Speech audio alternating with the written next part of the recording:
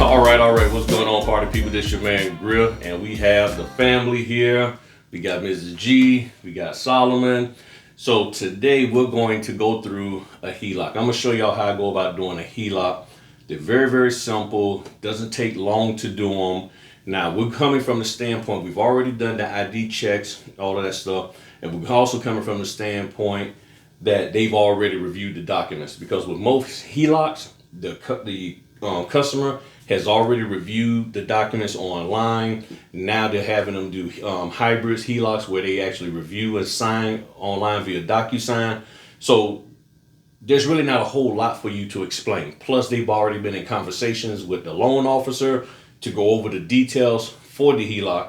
And the HELOC is home equity line of credit, where they have a certain amount of equity in their property that they want to pull out, whether they're their main property or another property, and they're going to use that money, sort of borrow from the equity, and then over time pay it back to do whatever it is that they want.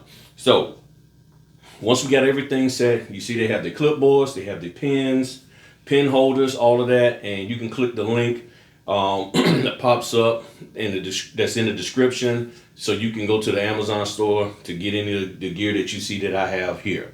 So once we have all that set, so I talked to them and said, how y'all doing? I'm Griff the Notary. Today we're going to go over your HELOC, and with your HELOC, I'm sure you've already talked to your loan officer and everything's been clear with them and you know what you're signing, correct? Correct. Mm-hmm. All right, sounds good. So this first part is privacy, and this is just talking about how they protect your privacy. So there's nothing to sign there.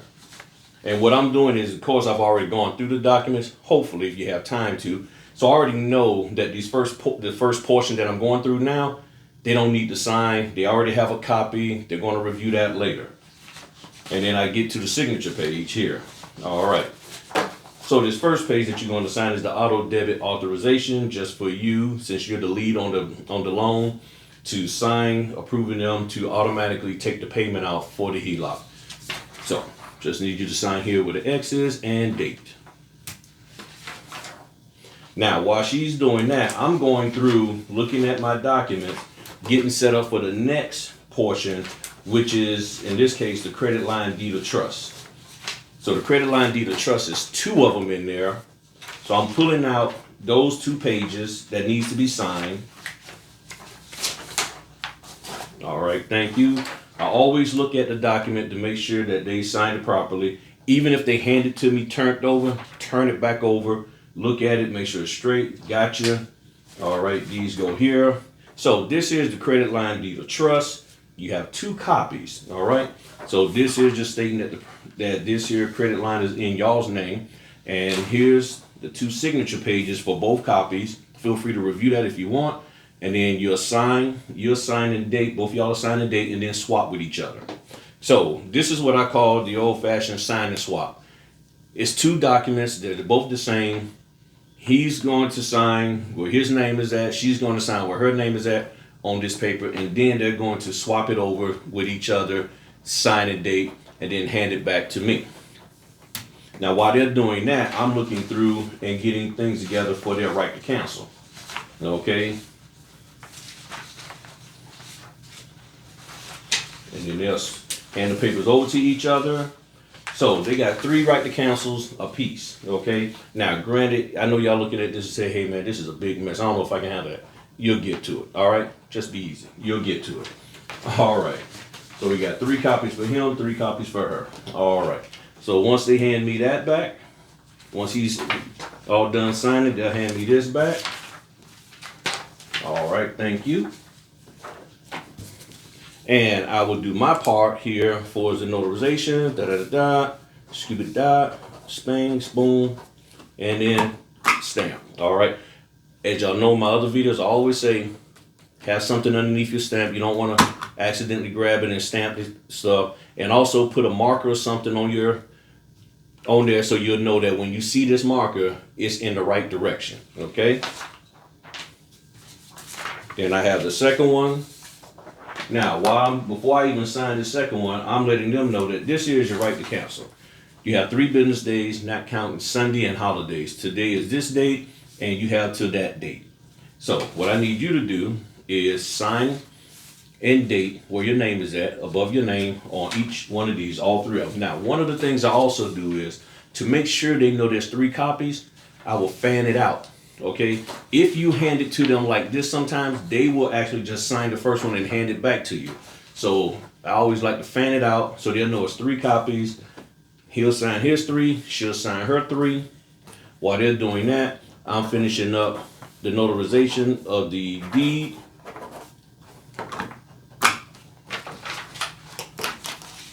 And then they'll sign all 3.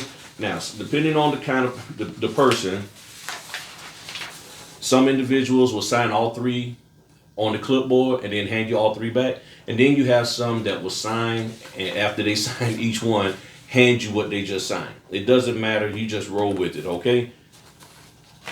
So while they're doing that, now I'm looking through getting this thing set up for the home equity line of credit agreement. It's about 13, 14 pages. All right, thank you. Now, while they're doing that, let them know this is a home equity line of credit agreement. Go ahead and sign in date where your name is at. Feel free to review.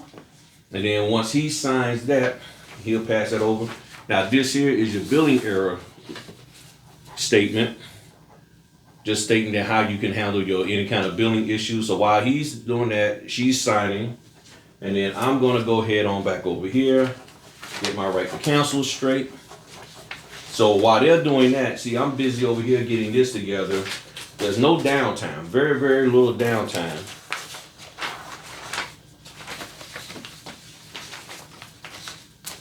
All right. And then on my limited power of attorney, it's the date that's on the deed of credit, the credit line deed of trust. Then once they're done, get that back from them. All righty. And you say, how do I know which is which? I'm just that good. No, I'm just joking. It says right there. It tells me exactly what document goes with what. They have barcodes on there, and I just follow the barcodes. All right. This is your limited power of attorney. This here shows what the powers are that you're giving them and what it's limited to. So just need you to sign and date. Now again, I know some of the hardcore people like, you got to give them some kind of explanation of what that document is. In the preliminary part of when I first met them, I'm checking to find out whether or not they have actually reviewed the documents. And if they've informed me that I've already reviewed the documents, I just need to sign, keep it going, or they've already done these before, you can't make somebody listen to you when they don't want to listen to you. That is the key thing that you need to understand. So this last one is the W-9. So real simple. Sign a date down here where your name is. If it's already dated, you don't have to date it. Sign and date. Says where your signature's at down there toward the middle section. And that right there is the end of the home equity line of credit, the HELOC closing. Real simple, real quick to get through. Doesn't take forever in a day.